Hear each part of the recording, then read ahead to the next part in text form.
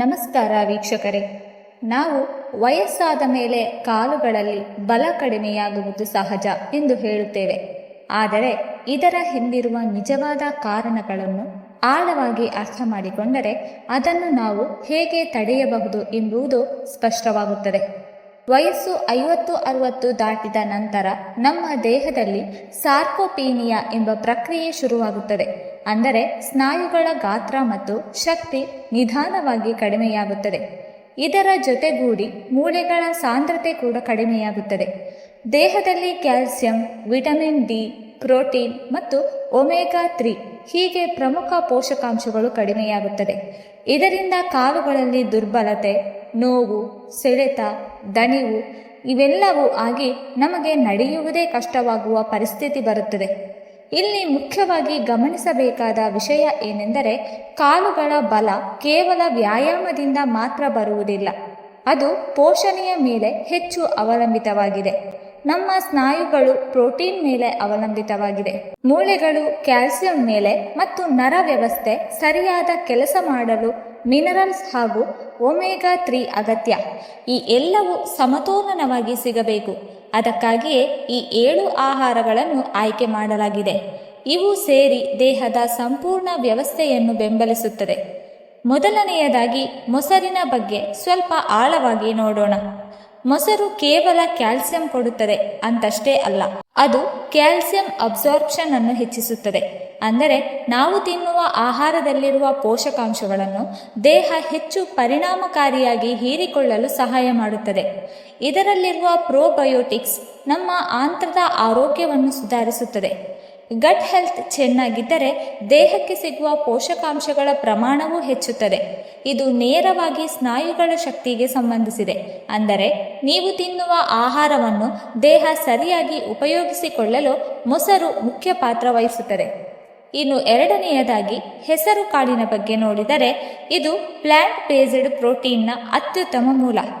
ವಯಸ್ಸಾದ ಮೇಲೆ ನಮ್ಮ ದೇಹಕ್ಕೆ ಹೆಚ್ಚು ಪ್ರೋಟೀನ್ ಬೇಕಾಗುತ್ತದೆ, ಏಕೆಂದರೆ ಸ್ನಾಯುಗಳು ಕುಗ್ಗುವುದನ್ನು ತಡೆಯಲು ಅದು ಅಗತ್ಯ.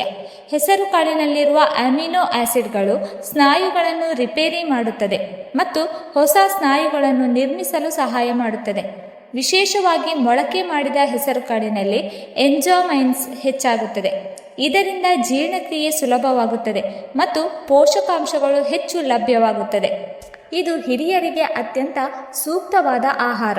ಮೂರನೆಯದಾಗಿ ಪಾಲಕ್ ಸೊಪ್ಪು. ಪಾಲಕ್ ಸೊಪ್ಪಿನ ವಿಷಯಕ್ಕೆ ಬಂದರೆ, ಇದನ್ನು ಫಂಕ್ಷನಲ್ ಫುಡ್ ಎಂದು ಕರೆಯಬಹುದು.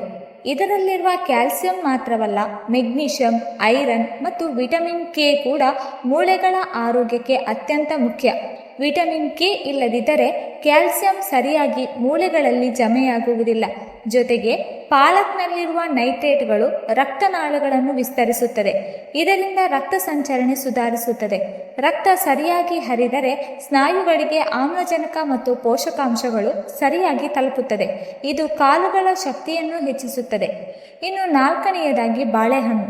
ಬಾಳೆಹಣ್ಣನ್ನು ನಾವು ಸಾಮಾನ್ಯವಾಗಿ ಎನರ್ಜಿ ಫುಡ್ ಎಂದು ಕರೆಯುತ್ತೇವೆ, ಆದರೆ ಅದು ಅದಕ್ಕಿಂತಲೂ ಹೆಚ್ಚು. ಇದರಲ್ಲಿರುವ ಪೊಟ್ಯಾಷಿಯಂ ನರಗಳು ಮತ್ತು ಸ್ನಾಯುಗಳ ನಡುವಿನ ಸಂವಹನ ಸರಿಯಾಗಿ ನಡೆಯಲು ಸಹಾಯ ಮಾಡುತ್ತದೆ. ಸ್ನಾಯು ಸೆಳೆತ ಆಗುವುದು ಮುಖ್ಯವಾಗಿ ಪೊಟ್ಯಾಷಿಯಂ ಕೊರತೆಯಿಂದ. ಆದ್ದರಿಂದ ದಿನಕ್ಕೆ 1 ಬಾಳೆಹಣ್ಣು ಸೇವಿಸುವುದರಿಂದ ನಿಮ್ಮ ಸ್ನಾಯುಗಳು ಹೆಚ್ಚು ಸಡಿಲವಾಗುತ್ತದೆ ಮತ್ತು ಕಾರ್ಯಕ್ಷಮವಾಗುತ್ತದೆ. ಇದು ತಕ್ಷಣ ಶಕ್ತಿ ನೀಡುವುದರಿಂದ ಹಿರಿಯರು ದಿನಪೂರ್ತಿ ಚುರುಕಾಗಿರಲು ಸಹಾಯ ಮಾಡುತ್ತದೆ. ಇನ್ನು ಐದನೆಯದಾಗಿ ಅಗಸೆ ಬೀಜಗಳು. ಅಗಸೆ ಬೀಜಗಳು ಅಂದರೆ ನಿಜಕ್ಕೂ ಮೈಕ್ರೋ ನ್ಯೂಟ್ರಿಷನ್ ಪವರ್ ಹೌಸ್. ಇದರಲ್ಲಿ ಇರುವ ಒಮೆಗಾ 3 ಫ್ಯಾಟಿ ಆಸಿಡ್ಗಳು ದೇಹದಲ್ಲಿ ಉಂಟಾಗುವ ಇನ್ಫ್ಲಮೇಷನ್ ಅನ್ನು ಕಡಿಮೆ ಮಾಡುತ್ತದೆ. ವಯಸ್ಸಾದ ಮೇಲೆ ಕೀಲು ನೋವು ಮತ್ತು ಊತ ಹೆಚ್ಚಾಗುವುದು ಇನ್ಫ್ಲಮೇಷನ್ ಕಾರಣದಿಂದ. ಅಗಸೆ ಬೀಜಗಳನ್ನು ನಿಯಮಿತವಾಗಿ ಸೇವಿಸಿದರೆ ಈ ಸಮಸ್ಯೆಗಳು ಕಡಿಮೆಯಾಗುತ್ತದೆ. ಜೊತೆಗೆ ಇದು ಹೃದಯ ಆರೋಗ್ಯಕ್ಕೂ ಸಹಾಯಕ. ಫೈಬರ್ ಹೆಚ್ಚಿರುವುದರಿಂದ ಜೀರ್ಣಕ್ರಿಯೆ ಸುಧಾರಿಸುತ್ತದೆ. ಇದರಿಂದ ದೇಹಕ್ಕೆ ಒಟ್ಟಾರೆ ಲಾಭವಾಗುತ್ತದೆ. ಆರನೆಯದಾಗಿ ಎಳ್ಳು. ಎಳ್ಳು ತುಂಬಾ ಮುಖ್ಯ. ಇದರಲ್ಲಿ ಕ್ಯಾಲ್ಸಿಯಂ ಬಹಳ ಹೆಚ್ಚಿರುತ್ತದೆ. ವಯಸ್ಸಾದ ಮೇಲೆ ಮೂಳೆಗಳು ದುರ್ಬಲವಾಗುವ ಮುಖ್ಯ ಕಾರಣ ಕ್ಯಾಲ್ಸಿಯಂ ಕೊರತೆ. ಎಳ್ಳನ್ನು ಸ್ವಲ್ಪ ಬೆಲ್ಲದ ಜೊತೆ ತಿನ್ನಬಹುದು ಅಥವಾ ಚಟ್ನಿ ಮಾಡಿ ಸೇವಿಸಬಹುದು. ಇದು ಮೂಳೆಗಳನ್ನು ಗಟ್ಟಿಯಾಗಿಸಿ ಕಾಲುಗಳಿಗೆ ಬಲ ಕೊಡುತ್ತದೆ. ವಿಶೇಷವಾಗಿ ಮಹಿಳೆಯರಿಗೆ ಇದು ಇನ್ನೂ ಹೆಚ್ಚು ಉಪಯುಕ್ತ. 7ನೇಯದಾಗಿ ಮೊಟ್ಟೆ. ಸ್ನಾಯುಗಳಿಗೆ ಅತ್ಯುತ್ತಮ ಪ್ರೋಟೀನ್ನ ಮೂಲ. ಇದರಲ್ಲಿರುವ ಹೈ ಕ್ವಾಲಿಟಿ ಪ್ರೋಟೀನ್ ಸ್ನಾಯುಗಳನ್ನು ರಿಪೇರ್ ಮಾಡಿ ಮತ್ತೆ ಬಲಿಷ್ಠವಾಗಲು ಸಹಾಯ ಮಾಡುತ್ತದೆ. ಪ್ರತಿದಿನ 1 ಮೊಟ್ಟೆ ತಿನ್ನುವುದರಿಂದ ನಿಮ್ಮ ಕಾಲುಗಳ ಶಕ್ತಿ ನಿಧಾನವಾಗಿ ಹೆಚ್ಚುತ್ತದೆ. ಶಾಕಾಹಾರಿಗಳಿಗೆ ಇದು ಸಾಧ್ಯವಿಲ್ಲದಿದ್ದರೆ ಹಾಲು ಮತ್ತು ಪನೀರ್ ಉತ್ತಮ ಪರ್ಯಾಯ. ಇನ್ನು ಮುಖ್ಯವಾದ ವಿಷಯ, ಈ ಎಲ್ಲ ಆಹಾರಗಳನ್ನು ಒಟ್ಟಿಗೆ ಹೇಗೆ ಕೆಲಸ ಮಾಡುತ್ತದೆ ಅನ್ನೋದು. ಮೊಸರು ನಿಮ್ಮ ಜೀರ್ಣಕ್ರಿಯೆಯನ್ನು ಸುಧಾರಿಸುತ್ತದೆ. ಹೆಸರುಕಾಳು ಸ್ನಾಯುಗಳನ್ನು ನಿರ್ಮಿಸುತ್ತದೆ. ಪಾಲಕ್ ಸೊಪ್ಪು ಮೂಳೆಗಳನ್ನು ಬಲಪಡಿಸುತ್ತದೆ. ಬಾಳೆಹಣ್ಣು ತಕ್ಷಣ ಶಕ್ತಿ ನೀಡುತ್ತದೆ ಮತ್ತು ಅಗಸೆ ಬೀಜ ಇನ್ಫ್ಲಾಮೇಷನ್ ಕಡಿಮೆ ಮಾಡುತ್ತದೆ. ಅಂದರೆ ಈ 7 ಆಹಾರಗಳು ಸೇರಿ ನಿಮ್ಮ ದೇಹದ ಸಂಪೂರ್ಣ ವ್ಯವಸ್ಥೆಯನ್ನು ಪುನಶ್ಚೇತನಗೊಳಿಸುತ್ತದೆ. ಆದರೆ ಇಲ್ಲಿ ಒಂದು ತಪ್ಪು ನಾವು ಮಾಡಬಾರದು. ಹೆಚ್ಚಾಗಿ ತಿಂದರೆ ಹೆಚ್ಚು ಲಾಭ ಅಂತ ಯೋಚಿಸುವುದು. ದೇಹಕ್ಕೆ ಬೇಕಾದಷ್ಟು ಮಾತ್ರ ಪೋಷಕಾಂಶಗಳನ್ನು ನೀಡಬೇಕು. ಸಮತೋಲನ ಮುಖ್ಯ. ಜೊತೆಗೆ ಸೂರ್ಯನ ಬೆಳಕು ಕೂಡ ಒಂದು ನೈಸರ್ಗಿಕ ಪೋಷಕಾಂಶ ಅಂತ ಹೇಳಬಹುದು. ಇದು ವಿಟಮಿನ್ ಡಿ ಕೊಡುತ್ತದೆ. ವಿಟಮಿನ್ ಡಿ ಇಲ್ಲದಿದ್ದರೆ ಕ್ಯಾಲ್ಸಿಯಂ ದೇಹದಲ್ಲಿ ಸರಿಯಾಗಿ ಉಪಯೋಗವಾಗುವುದಿಲ್ಲ. ಪ್ರತಿದಿನ 15ರಿಂದ 20 ನಿಮಿಷ ಬೆಳಿಗ್ಗೆ ಸೂರ್ಯನ ಬೆಳಕಿನಲ್ಲಿ ಇರಬೇಕು. ಇನ್ನು ಕೆಲವರು ಒಂದು ತಪ್ಪನ್ನು ಹೆಚ್ಚಾಗಿ ಮಾಡುತ್ತಾರೆ. ಆರೋಗ್ಯಕರ ಆಹಾರಗಳ ಬಗ್ಗೆ ಕೇಳಿದಾಗ ಅವುಗಳನ್ನು ಎಲ್ಲವನ್ನು ಒಂದೇ ದಿನದಲ್ಲಿ ಸೇರಿಸಲು ಪ್ರಯತ್ನಿಸುತ್ತಾರೆ. ಇದು ಸರಿಯಾದ ವಿಧಾನವಲ್ಲ. ನಮ್ಮ ದೇಹಕ್ಕೆ ಒಮ್ಮೆಗೆ ತುಂಬ ಪೋಷಕಾಂಶಗಳನ್ನು ನೀಡುವುದರಿಂದ ಜೀರ್ಣಕ್ರಿಯೆಯ ಮೇಲೆ ಒತ್ತಡ ಬರುತ್ತದೆ. ಆದ್ದರಿಂದ ಸರಿಯಾದ ವಿಧಾನ ಎಂದರೆ ಈ ಆಹಾರಗಳನ್ನು ದಿನದ ವಿವಿಧ ಸಮಯಗಳಲ್ಲಿ ಮತ್ತು ವಾರದ ವಿವಿಧ ದಿನಗಳಲ್ಲಿ ಹಂಚಿಕೊಂಡು ಸೇವಿಸುವುದು. ಇದರಿಂದ ದೇಹಕ್ಕೆ ಬೇಕಾದ ಪೋಷಣೆ ಸುಲಭವಾಗಿ ಲಭ್ಯವಾಗುತ್ತದೆ ಮತ್ತು ದೇಹವು ಅದನ್ನು ಚೆನ್ನಾಗಿ ಸ್ವೀಕರಿಸುತ್ತದೆ. ನೀವು ಹೇಳಿದಂತೆ ಈ ಎಲ್ಲ ಆಹಾರಗಳನ್ನು ಒಂದೇ ಬಾರಿ ಸೇರಿಸಿ ತಿನ್ನುವುದು ಕಷ್ಟ. ಆದ್ದರಿಂದ ದಿನದ ವಿವಿಧ ಸಮಯಗಳಲ್ಲಿ ಸರಿಯಾಗಿ ಹಂಚಿಕೊಂಡು ಸೇವಿಸಿದರೆ ದೇಹಕ್ಕೆ ಹೆಚ್ಚು ಲಾಭ ಸಿಗುತ್ತದೆ. ಬೆಳಿಗ್ಗೆ ಎದ್ದು ಖಾಲಿ ಹೊಟ್ಟೆಯಲ್ಲಿ 1 ಗ್ಲಾಸ್ ನೀರು ಕುಡಿದ ನಂತರ ಮೊದಲು 1 ಚಮಚ ಅಗಸೆ ಬೀಜಗಳನ್ನು ಸ್ವಲ್ಪ ನೀರಿನಲ್ಲಿ ಅಥವಾ ಪುಡಿಯಾಗಿ ತೆಗೆದುಕೊಳ್ಳಬಹುದು. ಇದರಿಂದ ದಿನದ ಆರಂಭದಲ್ಲಿ ಇನ್ಫ್ಲಾಮೇಷನ್ ಕಡಿಮೆ ಮಾಡಲು ಸಹಾಯವಾಗುತ್ತದೆ. 15ರಿಂದ 20 ನಿಮಿಷ ಸೂರ್ಯನ ಬೆಳಕಿನಲ್ಲಿ ನಿಂತರೆ ವಿಟಮಿನ್ ಡಿ ಸಹಜವಾಗಿ ಸಿಗುತ್ತದೆ. ಇದು ಮುಂದಿನ ಕ್ಯಾಲ್ಸಿಯಂ ಅಬ್ಸಾರ್ಪ್ಷನ್ಗೆ ಸಹಾಯ ಮಾಡುತ್ತದೆ. ಉಪಹಾರ ಸಮಯದಲ್ಲಿ ಮೊಳಕೆ ಮಾಡಿದ ಹೆಸರುಕಾಳು ಮತ್ತು 1 ಬಾಳೆಹಣ್ಣು ಸೇರಿಸಿಕೊಂಡರೆ ಅತ್ಯುತ್ತಮ. ಇದು ಪ್ರೋಟೀನ್ ಮತ್ತು ಎನರ್ಜಿ ಸಂಯೋಜನೆಯಾಗಿ ಕೆಲಸ ಮಾಡುತ್ತದೆ. ನೀವು ಬಯಸಿದರೆ ಇದರ ಜೊತೆ 1 ಗ್ಲಾಸ್ ಹಾಲು ಕೂಡ ಕುಡಿಯಬಹುದು. ಇದು ಸ್ನಾಯುಗಳಿಗೆ ದಿನದ ಆರಂಭದಲ್ಲೇ ಪೋಷಕಾಂಶ ನೀಡುತ್ತದೆ.